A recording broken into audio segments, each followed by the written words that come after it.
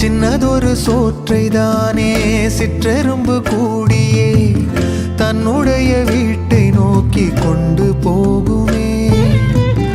உள்ளபடி சொல்வதென்றால் சிற்றெரும்பு போல கூட சொந்தங்களை காக்கவில்லை இங்கே நானுமே. கோயில்தான் போனாலும் புண்ணியம் செய்தாலும் என்னுடைய பாவம் தீருமோ? இந்த உலகில் இன்றுதான் என் முகத்தை பார்க்கிறேன், கண்ணிலே ஈரம் சேருதே. கல்லையும் காலம் மாற்றுதே. காற்றோடு பட்டம் போல இந்த வாழ்க்கைதான், அடையார் சொல்லக்கூடும் அது போகும் போக்கதான்.